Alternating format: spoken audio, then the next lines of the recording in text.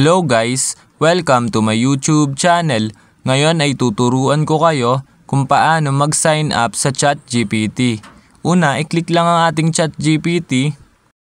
Ayan, wait lang natin siya mag-loading. Ayan, then kapag nandito na tayo sa ating ChatGPT, may mapapansin kayo sa taas na sign up. Nasa right side siya sa upper part, which is eto siya. Then kapag nakita nyo na, i-click nyo lang yan. Then kapag na-click nyo na, ayan, sabi dito, let's create. Then mapapansin nyo naman dito yung nakasulat na continue with Google, which is eto siya. Ayan. I-click nyo lang yung continue with Google. Then ayan, lalabas dito yung mga Google account nyo. Then i-click nyo lang dito yung Google account nyo na gagamitin nyo dito para makapag-sign in sa ChatGPT.